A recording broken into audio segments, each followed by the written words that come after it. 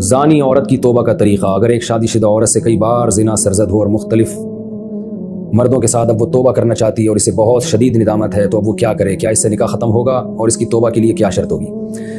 زنا بہت بڑا جرم ہے. قرآن میں اللہ نے فرمایا یہ اپنی خواہش پوری کرنے کا بہت برا راستہ، اور کنواری لڑکی کا زنا کرنا بہت بڑا جرم، شادی شدہ کا تو اور بھی بڑا جرم، اور مرد کا زنا کرنا بھی بہت بڑا جرم، عورت کا زنا کرنا اس سے بھی بڑا جرم ہے. تبھی اللہ نے جب زانی کی سزا بیان کی ہے نا، تو عورت کا ذکر پہلے کیا.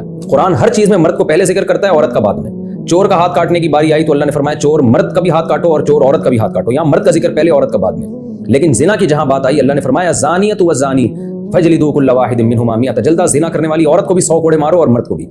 تو یہاں عورت کا ذکر پہلے اس لیے کیا کہ عورت میں زنا کی رغبت کم ہوتی ہے اور اس میں حیا بھی ہوتی ہے، اس کے باوجود اس کا زنا کرنا یہ بہت بڑا جرم ہے. مرد کا بھی زنا کرنا بہت بڑا جرم ہے. سزا اللہ نے دونوں کی ایک رکھی ہے، لیکن حقیقت میں یہ فرق ہے ان میں، یعنی عملی طور پر دونوں کی جرم میں فرق ہے. اب سزا اللہ نے ایک کیوں رکھی ہے؟ اللہ کی حکمتیں ہیں، اللہ بہتر جانتا ہے. تو شادی شدہ عورت اگر زنا کرے تو یہ اتنا بدبودار جرم ہے کہ قرآن کہتا ہے کہ اگر یہ ثابت ہو جائے گواہوں سے اور اقرار سے ایک مخصوص طریقے سے، تو ان کو زمین میں گاڑ کے پتھروں سے ہلاک کر دو. تو اس لیے بھائی اگر کسی عورت سے بھی یہ جرم ہوا ہے یا مرد سے، تو یہ بہت بڑا جرم ہے، ہلکا نہیں ہے. اب اسلامی حکومت نہیں ہے، لہذا اللہ نے پردہ ڈالا ہوا ہے اگر جرم کے اوپر، تو اب سزا تو جاری نہیں ہوگی رجم والی، اور وہ اپنے اوپر خود سے جا کے جاری کروانا بھی کوئی شریعت میں اچھا کام نہیں ہے.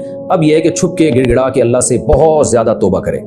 اللہ غفور الرحیم ہے، بڑے بڑے گناہوں کو معاف کر دیتا ہے. اور آئندہ کے لیے ولا تقربوا الزنا، قرآن کہتا ہے ایسے کام بھی مت کرو کہ زنا کی طرف تمہاری رغبت ہو. تو اس خاتون کو چاہیے کہ خوب گڑ گڑائے اللہ سے اور کچھ صدقہ خیرات بھی کرے، اور دوبارہ من تاب وآمن وعمل عملا صالحا، جیسے اللہ نے سورہ فرقان میں فرمایا جو توبہ کر لے گا اور اپنے عقیدے کو مضبوط کر لے گا اور آئندہ نیک اعمال اختیار کر لے گا، تو اللہ اس کے گناہوں کو معاف کر دے گا. تو ان کو چاہیے خوب اللہ سے توبہ کریں اور آئندہ کے لیے اپنی زندگی تبدیل کر دیں. اللہ غفور رحیم ہے. اور اس پھر سچی توبہ کرنے کے بعد اس جرم کو بھول جائیں، نہ کسی کے سامنے تذکرہ کریں، نہ خود سوچیں ایسے جیسے کبھی کیا ہی نہیں ہے. ایسے اپنے بارے میں یہ ذہن میں رکھیں کہ جیسے میں نے کبھی یہ کیا ہی نہیں ہے، بار بار اس کو سوچیں نہیں.